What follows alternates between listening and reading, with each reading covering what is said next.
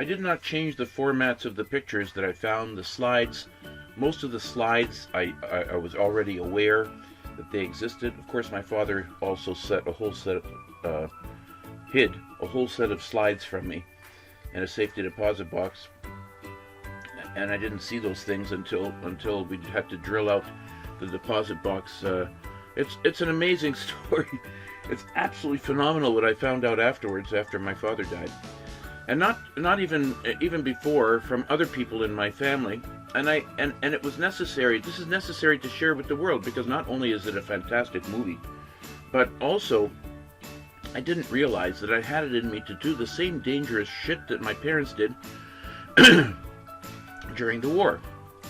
Now, I grew up in a safe environment. I was in Canada. I mean, the safest place on earth. But still, I had all of those. I had all of those things in me for whatever strange reason.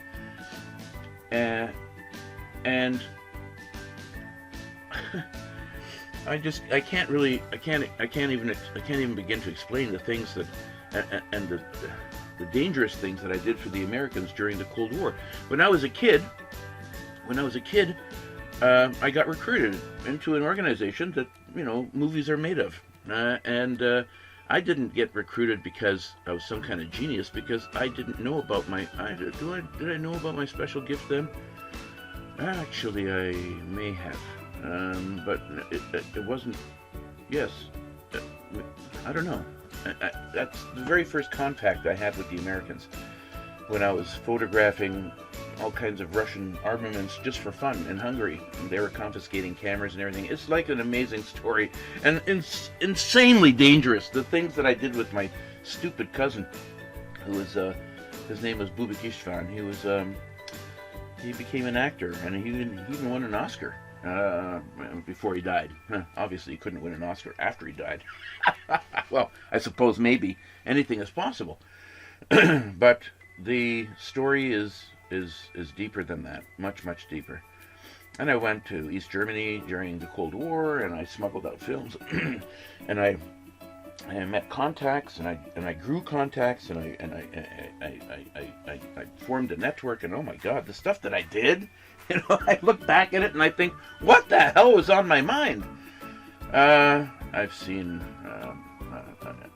made contact with the Russian scientists, bringing out information and all kinds of insanely dangerous stuff, which I did, and I didn't do it for the money, even though the government of the United States was throwing money at me left and right. I had a complete double life from my parents, who had no idea what was going on. None of my friends, nobody knew.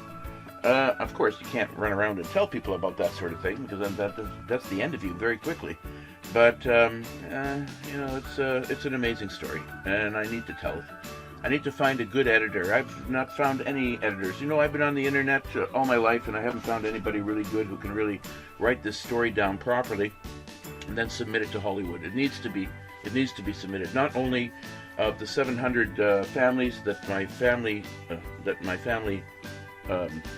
during the Second World War saved from the axe, from the Germans, but also the list that was created. And I don't have a copy of this list, unfortunately, but I used to have some German documents with the swastika on it and all the rest of that kind of stuff from my father, who hid all these documents from me, about the people that they tried to save. Lots of Jewish families and everything. They made up all these stupid professions.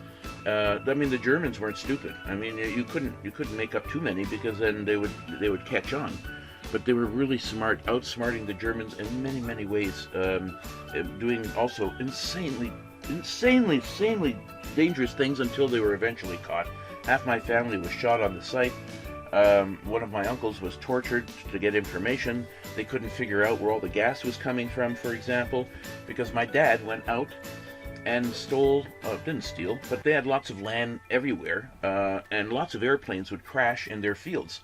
And during the Second World War, so my dad went out, took all the bombs out, took all the bullets, took all the instruments out of the aircraft, pumped out the gas, because in those days everything ran on gasoline. And they, as far as I know, I didn't know if trucks also ran on gas or on diesel. I don't know. I don't know. Some historian has to look into this. All I know is that they pumped my dad pumped all the leftover gas from the tanks and they brought it to one of their buildings, which the Germans didn't know about, and they had all these armaments and bombs, and my dad was taking bombs apart because he was an engineer and wanted to learn how the bombs worked. You know, I mean, the stuff that I was told, it was just, I mean, it was just so unbelievable, and so I started writing it down because it was necessary, and then I just remembered everything.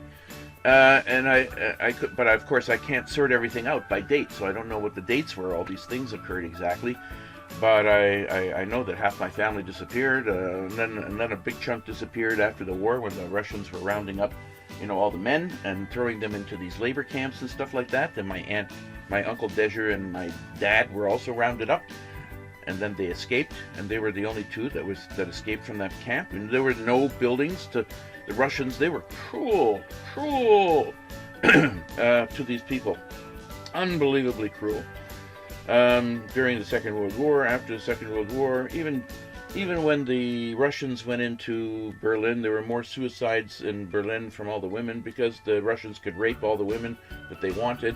They did the same thing in Budapest, and my aunt and my other aunts had to pretend that they were really ugly, and they put charcoal on their faces and garlic on their breaths so that the Russians wouldn't be interested in them because they came from room to room raping the women. I mean, it's disgusting. The stuff you never hear about.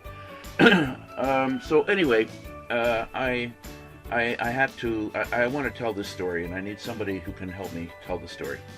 If there's any people out there that are good writers and want a piece of the action, I'm very happy to give them a nice big piece, because once this film comes out, it will really shake, rattle, and roll a bunch of stuff. So anyway, that's that.